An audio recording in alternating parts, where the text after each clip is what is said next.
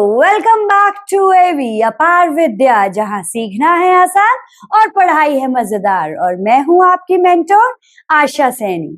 आज हम बात करने जा रहे हैं टाइगर इन द जू की, a poem written by Leslie Norris. Yes dear students, remember tiger in the zoo written by Leslie Norris. आज हम बात करने जा रहे हैं एक ऐसी कविता की जिसमें ये बताया गया है कि आजादी सिर्फ जगह की नहीं होती, आजादी अधिकारों की होती है। ये जो कविता है वो सवाल उठाती है ह्यूमैनिटी पर, मतलब मानवता पर और मानव द्वारा किए गए अपराध पर। वो अपराध जिसमें किसी जीव से उसका आजादी का सिद्धांत और आजाद रहने की, जो स्वतंत्र रहने की उसके पास एक चॉइस होती है, वो उससे छीन ली जाती है। So इस पोम में the tiger moves slowly inside his cage. He walks on velvet pads, silently, powerlessly. His strength is still there, but his freedom is gone.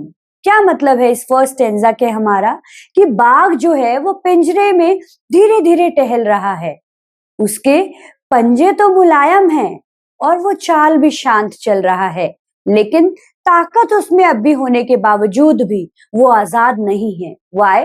Because his freedom is curtailed और he is behind the bar. सलाखों के पीछे है वो, जो कि ये दर्शा रहा है एक जीव जो बना है जिस काम को करने के लिए, उसे उस काम को करने से ही रोका जा रहा है।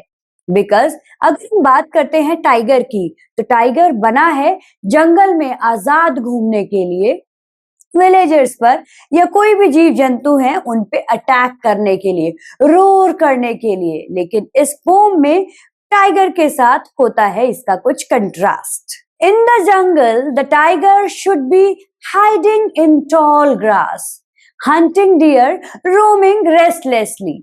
बट इन रियलिटी होता क्या है, जंगल में उसे ऊंची घास के पीछे छिपकर अटैक करना चाहिए, हिरण पर निडर होकर घूमना चाहिए। लेकिन ह्यूमंस के एक ऐसे क्रूअल एक्शन ने उस टाइगर को बिहाइंड द बार लाकर खड़ा कर दिया। वो मजबूरी में सिर्फ और सिर्फ अट्रैक्शन का पॉइंट बन के रह गया है। विजिटर्स आते हैं जू में, घूमते हैं और उसकी तरफ स्टेयर भी करते हैं, बट टाइगर उन्हें इग्नोर करता है और वो क्या करता है, आसमान की तरफ देखता है। आसमान में तारे तो आजाद हैं, लेकिन वो सोचता है कि मैं उन तारों को छू नहीं सकता। Why? Because I am behind the bar. हाँ, वो टाइगर सलाखों के पीछे है और पीछे होने के कारण जो उसके पास अधिकार है वो उन अधिकारों से वंचित है। रात में जब दुनिया सो जाती है तो बाघ चमकते सितारों को देखता है और उसे लगता है कि ये पेट्रोलिंग कार्स आकर इस बात का संदेश दे रही है कि वो तो मुझे देख रहे हैं, स्टेयर कर रहे हैं कि मैं जू में सुरक्षित हूं कि नहीं। बट वो नहीं जानते कि मुझे वो सुरक्षा नहीं चाहिए, मुझे आजादी चाहिए, जो कहाँ जाने से मिलेगी, जंगल में जाने से मिलेगी। और जंगल में जाकर उसके आसपास के जितने भी गांव हैं उन विलेजर्स पर रोर करने से मिलेगी, और उन विलेजर्स पर और जो जंगल में रहने वाले हिरण जैसे जीव हैं उन पर अटैक करने से मिलेगी। पोएट इस पोम में जो हमें मैसेज देना चाहते हैं वो यही है, that we should not curtail anyone's right. हमें किसी को भी उसके अधिकारों से वंचित नहीं करना चाहिए। जो जीव जिस काम को करने के लिए पैदा हुआ, जैसे कि हमने फर्स्ट फ्लाइट में पढ़ा था कि जो सीगल है वो उड़ने के लिए बना है, पर वो डरता था कि मैं उड़ नहीं सकता क्योंकि मेरे पंख मुझे सपोर्ट नहीं करेंगे। ऐसे ही टाइगर इन द जू में वो टाइगर चाहता है कि मैं बाहर आजाद घूम सकूं, लेकिन ह्यूमन ने उसे बिहाइंड द बार रख के उसकी आजादी को कर्टेल कर दिया। So the message is we should not be that much cruel. हमें इतना निर्दयी नहीं होना चाहिए। कवि हमें ये समझाना चाहता है कि जानवर कोई मनोरंजन की वस्तु नहीं है, वो भी आजादी चाहते हैं, वो भी सम्मान चाहते हैं, और हाँ ऑफ कोर्स वो भी गरिमा का हकदार है।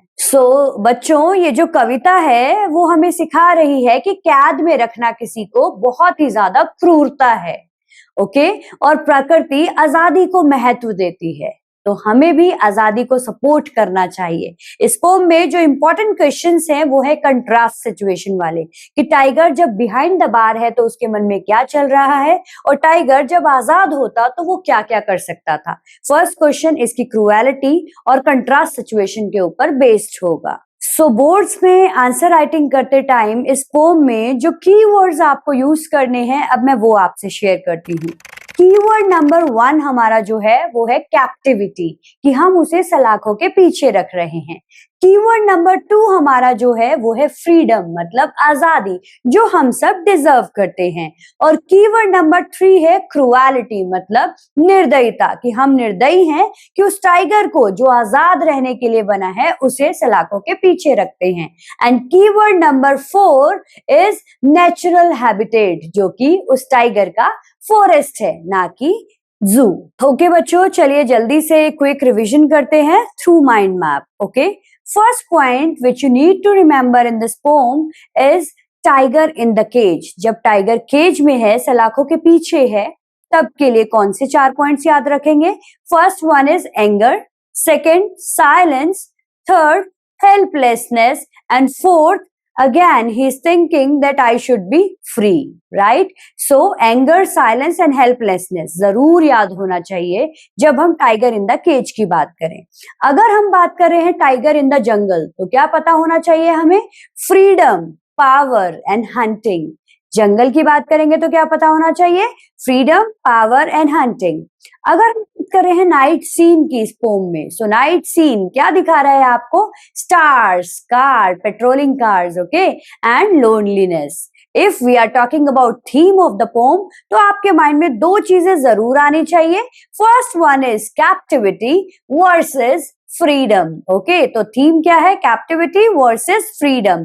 अगर बात करें पोम के मैसेज की, तो बेटा मैसेज है animals deserve natural life and their natural habitat. So बच्चों, अगले वीडियो के लिए चैनल को लाइक करिए, सब्सक्राइब करिए and of course bell icon को हिट करिए, ताकि सारी नोटिफिकेशंस आपको टाइमली मिल सके।